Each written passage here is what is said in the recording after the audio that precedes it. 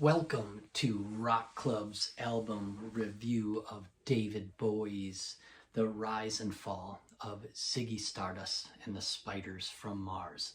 My name is Kevin Z, and I am a lifelong musician and music fan. I'd like to think I've gained some musical wisdom over my 50 years of listening to, performing, and studying music from among my many favorite artists.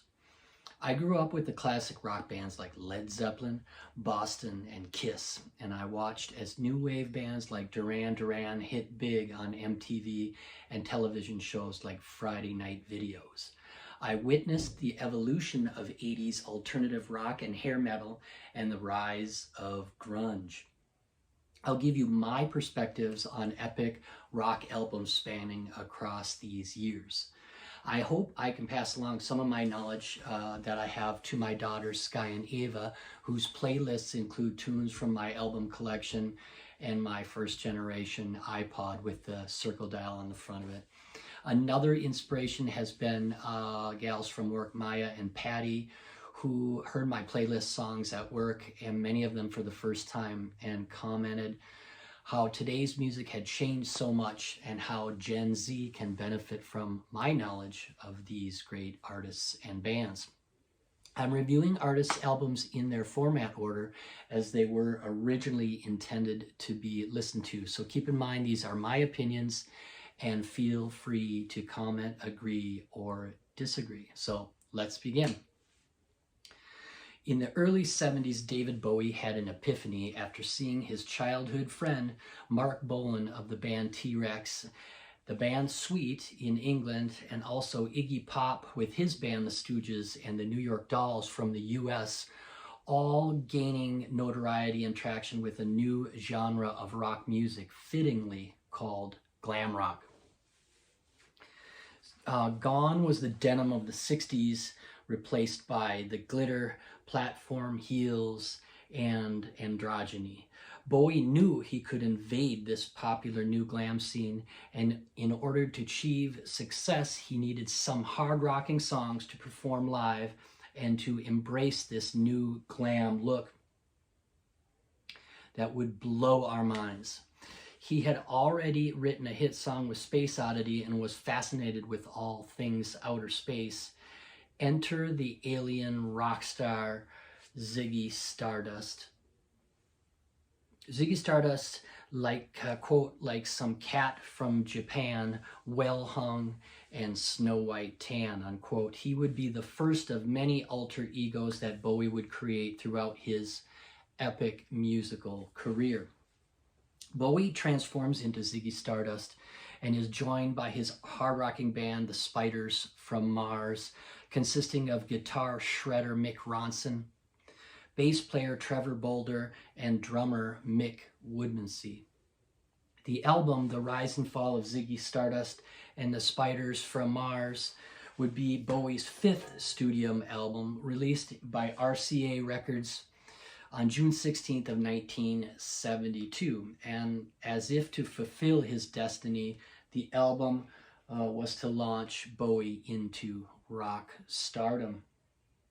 Track 1, a tune entitled 5 Years. The opening track sets the stage for this brilliant rock opera concept album. Earth is in danger of some catastrophic event and has 5 years remaining. Ziggy arrives and has this short time to spend with these earthlings that he finds so intriguing.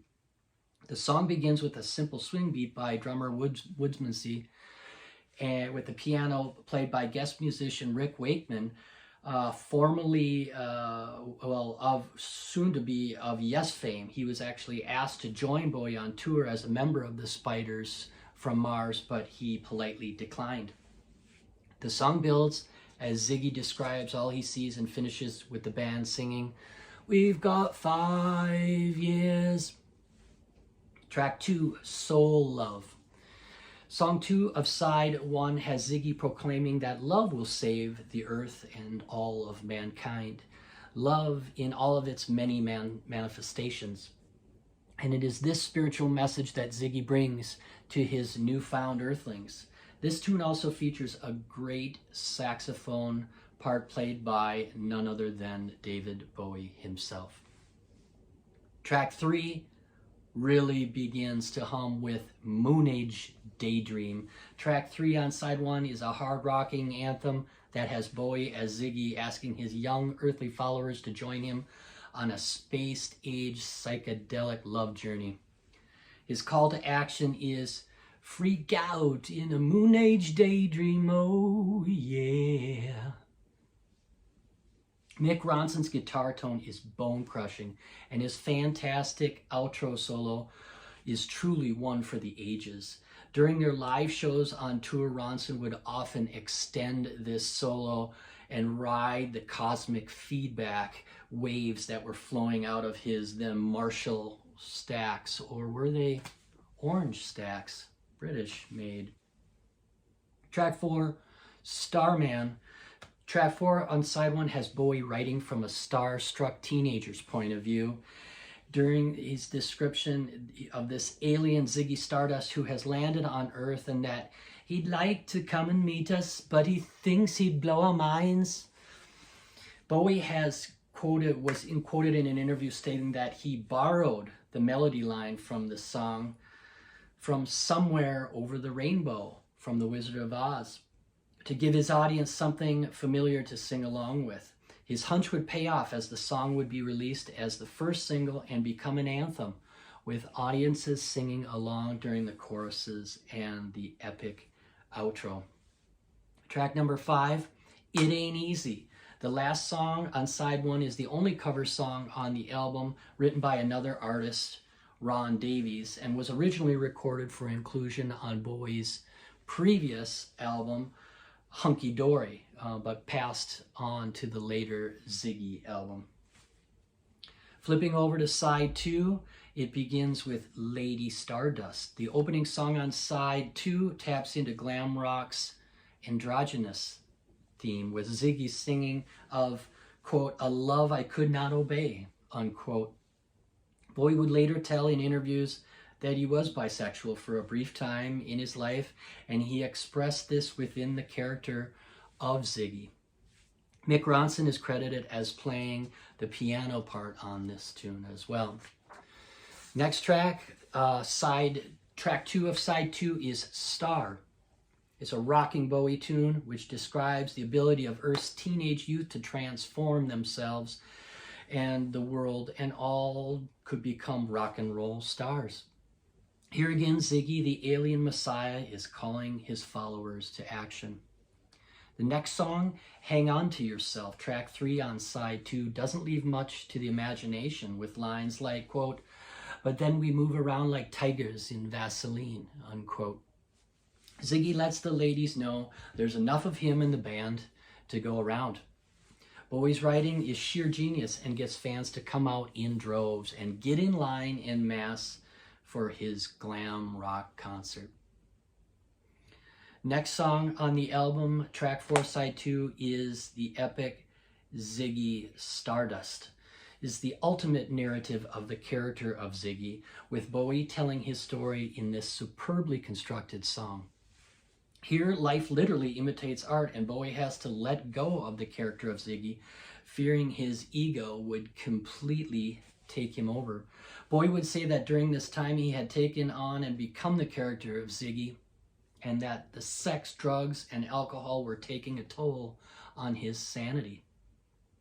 After seeing him perform on Top of the Pops, the young lads from future Bauhaus were mesmerized by Bowie's Ziggy persona and would cover this song later on in the early 80s. Next tune on the album, Suffragette City.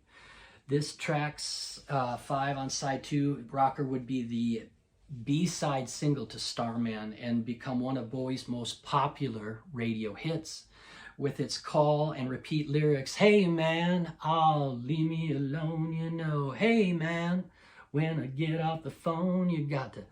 Bowie tells a story of what American teenagers do best, which is party and hook up with other teenagers. It ends with the memorable line, wham bam, thank you ma'am.